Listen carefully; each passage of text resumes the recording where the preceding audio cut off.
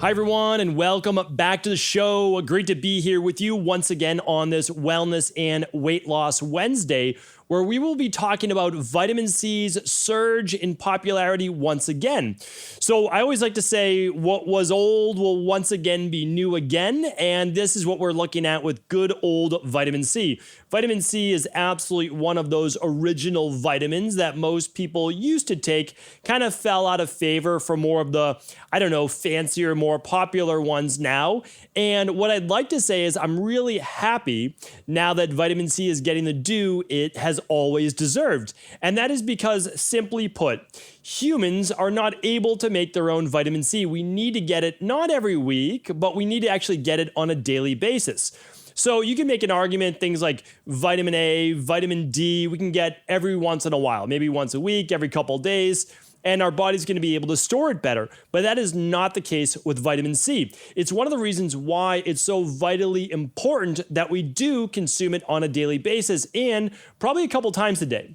The reason I say that is that we've got some new research. Again, this is why I'm kind of bringing it back to the forefront, that vitamin C is able to increase our overall antioxidant capacity in the body by about a third. I mean, just vitamin C alone, raising the antioxidant capacity, which means your body's ability to squelch free radicals, which means your body's ability to regulate healthy levels of inflammation. So we're going to be talking a lot about that today.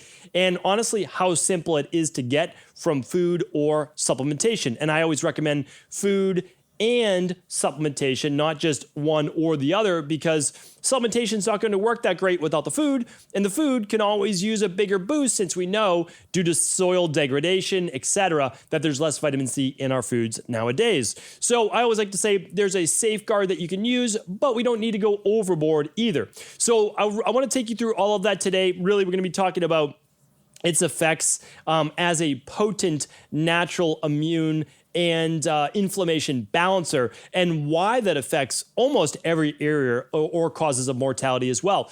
But just in case you haven't tuned into my previous viral-based podcast or some of the Friday reviews where I've been going over the research, one of the reasons why vitamin C is surging in popularity once again is that we've seen a brand new study come out showing that multivitamins, so a good activated multivitamin, that contains vitamin C, that contains zinc, and I would say vitamin D in there as well. But what we saw from those studies, happy to link it up again today. Just head over to stephencabral.com/1741, and I'll link up the research. But what I want to state right out of the gates is that there's not a vitamin that I know of that's been proven right now to say you're not going to get this virus or you're not going to get this cold because you take these particular vitamins. Now, anecdotal evidence from many, many people show that they don't get it or they're asymptomatic when they have decent amounts of zinc, vitamin C, vitamin E, vitamin D in their body, right? All the good nutrients that the body needs. And that makes sense because your body's better able to adapt to any stress, and that includes using your immune system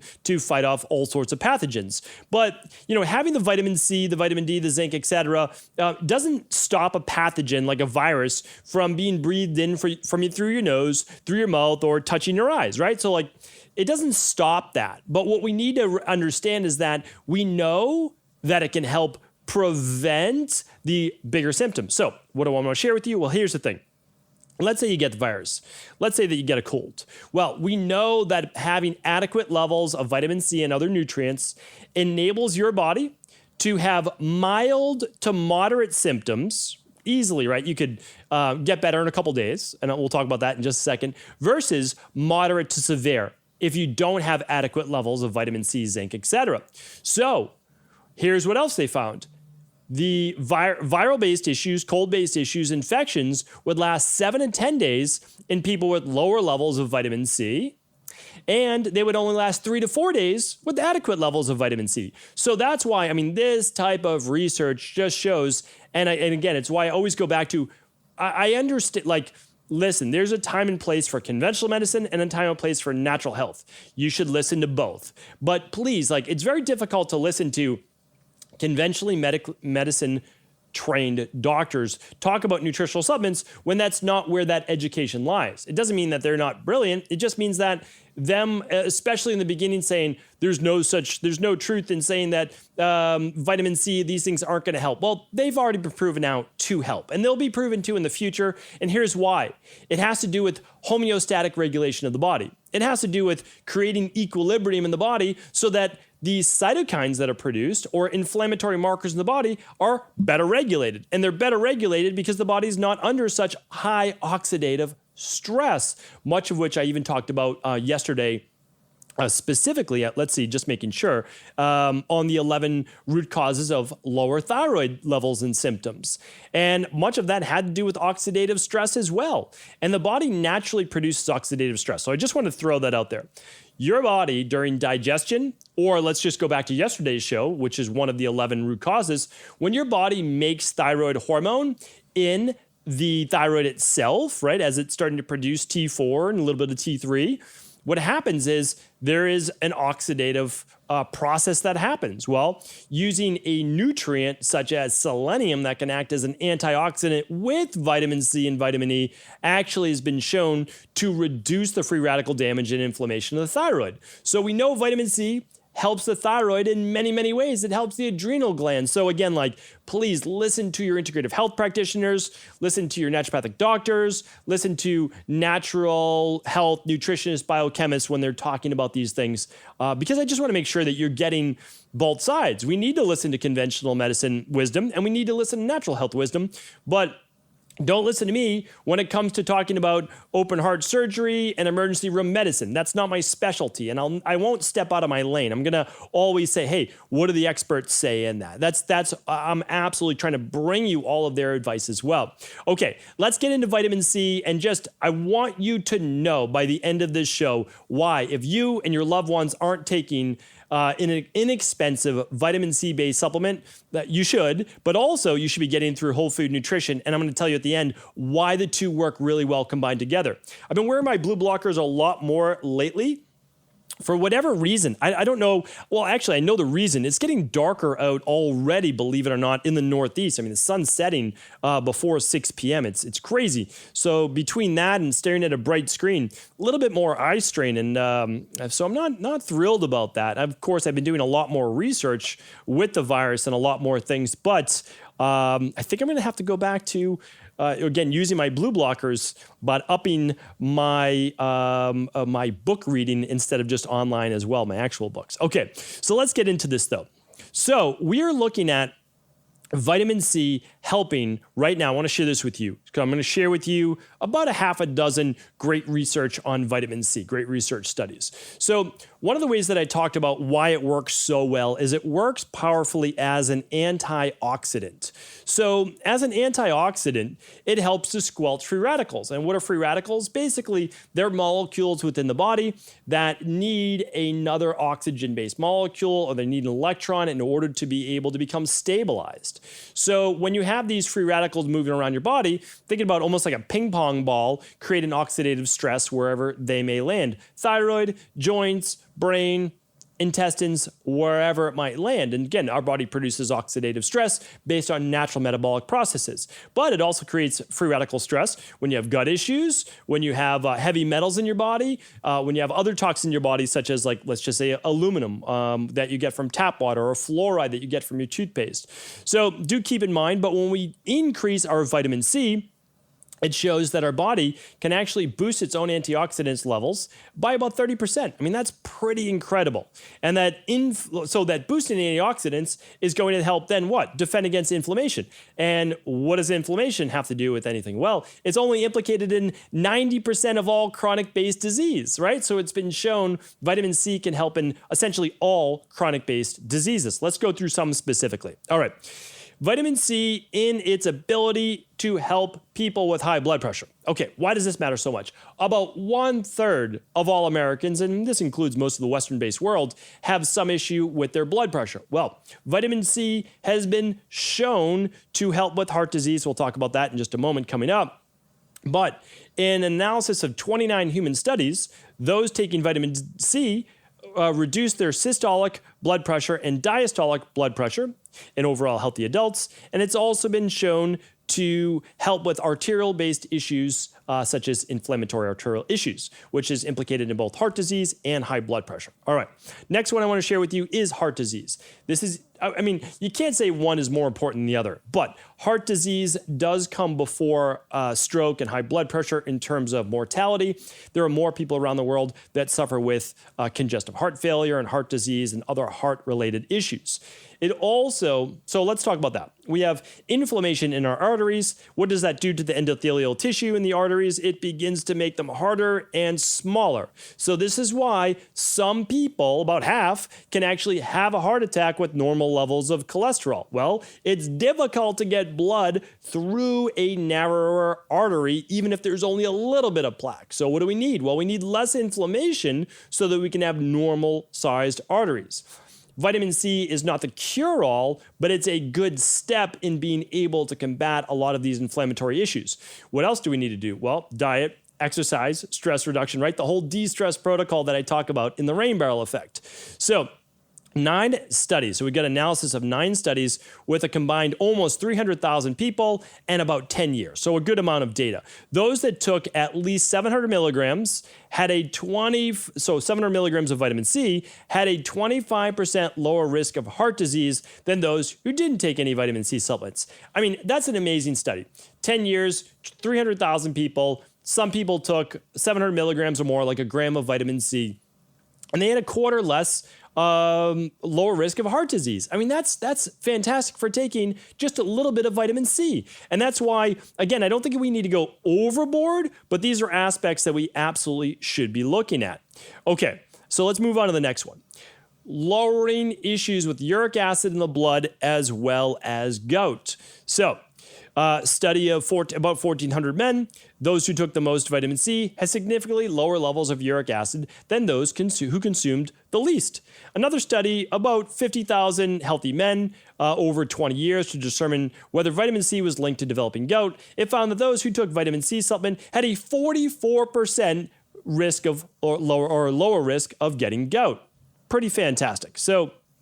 And it only takes about 30 days to work in those specific gout-based studies. All right, here's another one. I linked this up. Let me see if I can find this for you specifically. I believe I talked about iron and iron and low thyroid issues last week in episode 1734. So if you want to see how lower levels of iron could actually contribute to lower levels of thyroid, check that out on episode 1734. And of course, you can find my whole thyroid rebalancing program just at stephencabral.com/courses, which is all my courses that I'm developing to really go a deep dive on one specific topic. So, I mean, pretty much everything that you need to know about how you got here and rebalancing your body taught to you in one day. Like, that is my goal now. And I've talked about for the specific reasons of why I'm doing that. I won't go into that today, but I want to share with you this. So if you, there's a lot of people with anemia right now. Maybe they don't even have low thyroid-based symptoms, but they have anemia. They have paler skin, poor blood flow, poor oxygen, lower energy, brain fog. I mean, poor skin, hair, nails, you name it. And we need iron, obviously, for that. But iron's only one part of it. So what we find is that vitamin C supplements can help improve the absorption of iron. This is why it's so important that vitamins don't work as a singular unit. Now, of course they do, right? Of course they work as a singular unit, but they don't get absorbed and utilized by the body without its synergistic partners. Like, try to get vitamin E to work that well without vitamin C. It's going to be used up really quickly, can't be recycled, okay? That's a huge issue. Same with glutathione. So let's also look at vitamin C and its potency with like a ubiquinol, or, I mean, essentially anything. Vitamin C is a recycler of antioxidants. So instead of me going down a laundry list of all of those things, that's what vitamin C does. Important because, sure, in its own right, it boosts antioxidants, it's great, but it actually works as a huge synergist with iron, with vitamin E, and with all the B complex, with a lot of other nutrients in your body that the adrenals use. So that's why I say to people, yes, use extra iron if you need it. Use extra B vitamin complex if you need it. Use your B12, great. But use it with vitamin C. And it's one of those things where vitamin D, people are always talking about, well, I took vitamin D and I didn't really raise my levels. Well, it could be because you're lacking in vitamin C, you're lacking in your calcium, magnesium, you're lacking in your vitamin K. Again, all of those can be gotten from a good daily nutritional support shake or daily activated multi. We don't need to go overboard. Like, that's what I'm also trying to drive home. We don't need mega doses. And if you're using a mega dose to get absorption, you should look at the cofactors. So you don't need 10,000 IUs of vitamin D a day. If you're taking that much, I'm not an advocate of that much unless you're under supervised care and you're doing it for something very specific, right? But 4,000, 5,000 IUs a day for the average adult, sure. But if you need more than that, look at the cofactors for why your levels are not jumping up between 50 and 70 nanograms per milliliter on your blood work. Okay, so simply put, for iron, 100 milligrams of vitamin C has shown to improve iron absorption by 67%. That's a small amount of vitamin C, and it boosts iron absorption by 67%. I mean, it's unbelievable, right? But when are you ever told that? I already talked a little bit about immunity, but let me give you another couple studies here. Studies shown that taking vitamin C has shortened wound healing time. Vitamin C or low vitamin C has been linked to poor health outcomes overall. Vitamin C is an antioxidant that helps strengthen the skin barriers to not let pathogens through the skin itself, helps encourage the production of white blood cells known as lymphocytes and phagocytes, which help fight off infections in the body. So again, pretty incredible. The next one and last one I'm going to share with you here today is this. A lot of people worried about Alzheimer's, dementia, and other brain-related issues. And again, rightly so, because we see that on the rise. Well, one of the issues that we look at with brain-based deterioration is like anything else in the body. We're looking at it from an inflammatory component as well, and oxidative stress. But again, oxidative stress creates inflammation. So vitamin C is a strong antioxidant, this study goes on to say, and lower levels have been actually shown to impair the ability to think, lower cognitive importance, lower cognitive ability, your ability to actually recall memories, like my issue right there, as well as just recall and remembering.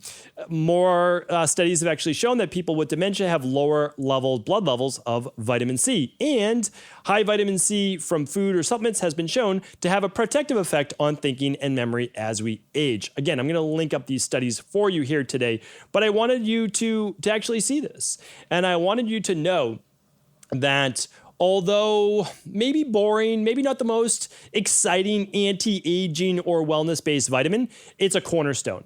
So there's a few cornerstones that you need in your life right now, especially during these times. And if you're not taking a little bit extra zinc, if you're not taking vitamin D just at normal levels, because it's a fat-soluble, right, vitamin. If you're not taking your vitamin C, I can't recommend it enough. Now, how do we get this to make sure that it has all of its synergies? Well, pretty easy. First and foremost, use a good functional medicine activated multivitamin. If you're buying your multivitamin at a Costco, a BJ's, a Target, a wholesale place, the same place you buy your toilet paper and your toothpaste, it's not going to be a good multi. It's just not. It's not going to have the methylcobalamin. It's not going to have the methylated folate. It's going to be cheap. It really is. It's probably going to be cheap forms of calcium. It's probably going to contain, just magnesium oxide, not like a magnesium glycinate or lysinate or malate, right? It's not going to contain those. And it doesn't cost that much more. A good multivitamin is like $1 a day. Honestly, that's about all it is, right? So I use the daily nutritional support shake myself because it has all that and much more. Detox factors, electrolytes, excuse me, 15 grams of hypoallergenic vegan-based protein. So it's an all-in-one. And so that's what I do. You choose to do what you feel is right for you. Okay, so in that, you're going to get some vitamin C. You're going to get a little bit of vitamin D. You're going to get some zinc. You're just not going to go overboard. I call that the fail-safe. It makes sure that, yes, hopefully you are eating healthy foods, but you're probably not getting 100% of everything you need vitamin, mineral-wise in a day. So that's just kind of a safeguard. It's easy. It's not high dosage. Now, on top of that, I do recommend about 1 gram of vitamin C per day on top of whatever your activated multivitamin or your daily nutritional support shake has. if you want to see what I use, what I recommend, you can go to equi.life. So it's equi.life. That's my practice. That's what I use. And again, even if you choose not to go with those specific nutritional supplements, you can always see what I'm using label-wise and then see if the ones that you're using basically match up. So again, I always want you to do what you feel is best for you, especially if you're working with another integrative health practitioner or whatever it might be. But I can tell you that these are trusted products, meaning they are quality assured. What's in the product, states in the product, is actually in the product. They've been third-party heavy metal tested, etc. Okay, so we have that. But on top of our daily nutritional support or activated multi, about 1 to 3 grams of vitamin C a day. How much do I recommend? Well, I mean, really, for most people, I can't give you specifics right now, about 1 to 3 grams a day, honestly. Like, that's a good spot. I don't think that you need to or should be doing 10 grams of vitamin C a day like a lot of people are advocating. I think that if you got sick and you're trying to fend off something, sure, I don't have any issues with people doing 5 to 10 grams a day. I honestly don't. But I don't recommend mega dosing of nutritional supplements for the long term. I really don't. Short term, sure, there's a time and place for everything. It's like zinc, okay? Zinc, keep it for adults 50 milligrams or less per day total with all your nutritional supplements. Is it okay to go 75 milligrams to 100 milligrams a day? Yeah, it probably is for a short period of time. How long is a short period of time for any of these things? About 3 weeks, right? Same for vitamin D. Keep that at about 4,000 to 5,000 IUs per day, about 35 IUs per pound of body weight for children and adults if you're not maintaining a tan. Like, that's the thing. A tan typically makes sure that you're getting your vitamin D levels up. If you're not, well, you're not. Like, that's why I say in the summer, you still probably need vitamin D because you might not be getting a tan. So that is that. Again, like, simply put, vitamin C is an all-star. It makes all other vitamins better. It helps to reuptake and recycle a lot of those other antioxidants. And again, when you're looking at the major causes of mortality and infections and inflammatory-based issues, vitamin C is a big helper. So, bottom line is I recommend getting food-based vitamin C on a daily basis. Simply put, and very easily, you can get your vitamin C from things like or orange peppers, from kiwi, from citrus-based fruits, from broccoli, from things like strawberries and grapefruits, and you can get them from kale and your Brussels sprouts. So, like, there's great ways to get it, and I recommend that. That's your food form of vitamin C. And then a lot of people talk negatively about ascorbic acid and things like that, but the truth is, ascorbic acid is what's used in these studies for the most part, and it does work. We have a product called Full Spectrum Vitamin C that's food-based and ascorbic acid-based, so it's orthomolecular medicine-based with food. That's an incredible one. 2 capsules a day gives you 1 extra gram a day. You take 1 at breakfast, 1 at dinner. That's typically what I do. It's super simple. And then when I want an added boost of vitamin C, I just do a scoop of my alkalizing vitamin C, which is 2.5 grams a scoop. And that's a fantastic one. That's a buffered vitamin C. So it's easy on the belly. But again, it's really easy. You get your full spectrum vitamin C from food. You add on a little extra vitamin C from your nutritional supplements. And again, then that's your safeguard. It's not preventing disease. I'm not saying that. It's not preventing you from getting the virus. But what it's doing is vitamin C is helping you with inflammation. It's helping you with immunity. And it's keeping your body healthier and stronger so that when these things do enter your body, you're better able to deal with them. So hopefully today's show was helpful. Thank you so much for tuning in. And as always, if this was helpful, please do feel free to share this show with anyone you believe it could serve.